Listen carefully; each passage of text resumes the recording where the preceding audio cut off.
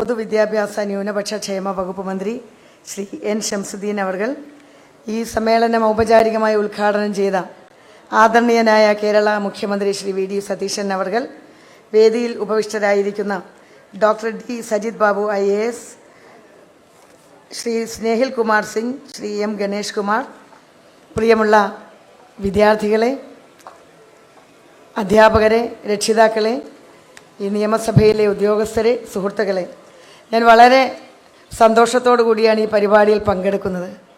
പൊതുവിദ്യാഭ്യാസ വകുപ്പിനും ബഹുമാനപ്പെട്ട പൊതുവിദ്യാഭ്യാസ വകുപ്പ് മന്ത്രിക്കും ഏറ്റവും കൂടുതൽ അഭിമാനിക്കാവുന്ന ഒരു പരിപാടിയായി ഞാൻ ലിറ്റിൽ കൈറ്റ്സിൻ്റെ ഈ പരിപാടിയെ ഞാൻ നോക്കിക്കാണുകയാണ്.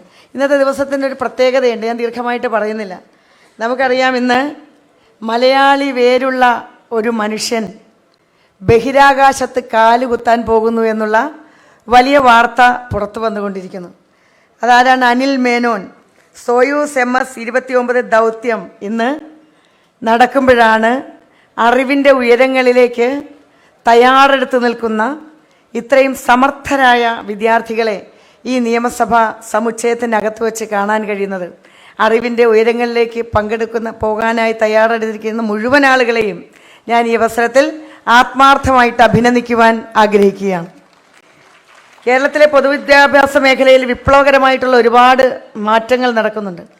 പ്രത്യേകിച്ച് ശ്രീ ഷംസുദ്ദീൻ അവർകൾ പൊതുവിദ്യാഭ്യാസ വകുപ്പിൻ്റെ ചുമതലയേറ്റതിന് ശേഷം വളരെ കാര്യക്ഷമമായി വളരെ ചുരുങ്ങിയ കാലഘട്ടത്തിനുള്ളിൽ തന്നെ പ്രവർത്തനങ്ങൾ മുന്നോട്ട് പോകുന്നുണ്ട്.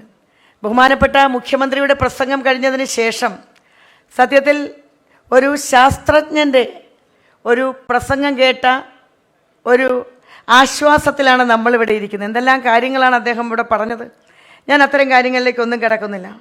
സാങ്കേതിക വിദ്യയുടെ അതിവേഗതയിലുള്ള വളർച്ചയുടെ ഒരു കാലഘട്ടത്തിലൂടെയാണ് നമ്മളിന്ന് മുന്നോട്ട് പോയിക്കൊണ്ടിരിക്കുന്നത്. സ്കൂൾ വിദ്യാഭ്യാസ രംഗത്ത് കാലോചിതമായിട്ടുള്ള മാറ്റങ്ങൾ ഉണ്ടാക്കിക്കൊണ്ട്, പരിഷ്കാരങ്ങൾ ഉണ്ടാക്കിക്കൊണ്ട് മുഖ്യമന്ത്രിയും അതുപോലെ തന്നെ പൊതുവിദ്യാഭ്യാസ വകുപ്പ് മന്ത്രിയും സൂചിപ്പിച്ചതുപോലെ ലോകോത്തരമായിട്ടുള്ള മത്സരങ്ങളിലേക്ക് നമ്മുടെ കുട്ടികളെ പ്രാക്ടീസ് ചെയ്യിക്കുന്ന രീതിയിലേക്കാണ് പൊതുവിദ്യാഭ്യാസ വകുപ്പ് മുന്നോട്ട് പോയിക്കൊണ്ടിരിക്കുന്നത്. തീർച്ചയായിട്ടും അതിൻ്റെ ഗുണഫലങ്ങൾ നമുക്ക് കാണാൻ കഴിയുന്നുണ്ട്. AI-യെക്കുറിച്ച് ഇവിടെ സൂചിപ്പിച്ചു. നമുക്കറിയാം, ആർട്ടിഫിഷ്യൽ ഇൻ്റലിജൻസ് സാങ്കേതിക വിദ്യയുടെ ഏറ്റവും പുതിയ മാനങ്ങളിലേക്ക് നമ്മൾ കടന്നിരിക്കുന്നു.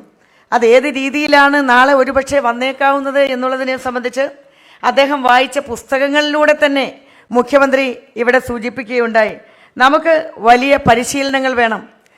നമ്മൾ സാമൂഹ്യ മാധ്യമങ്ങളടക്കം നന്നായി ഉപയോഗിക്കുന്ന ആളുകളാണ് ഇവിടെ ഇരിക്കുന്ന എല്ലാവരും.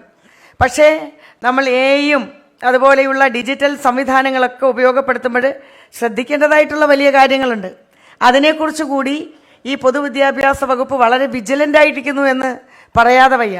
നമുക്ക് ഇന്ന് സാമൂഹ്യ മാധ്യമങ്ങൾ തന്നെ നമ്മൾ ഉപയോഗപ്പെടുത്തുമ്പോഴും അതിൻ്റെ ഗുണഫലങ്ങൾ ലോകത്തുള്ള എല്ലാ വിദ്യാഭ്യാസ മേഖലയിലും പ്രവർത്തിക്കുന്ന ആളുകളോടൊപ്പം നമുക്ക് ലഭിക്കുമ്പോഴും അതിൻ്റെ ദോഷഫലങ്ങൾ നമ്മൾ അറിഞ്ഞിരിക്കണം.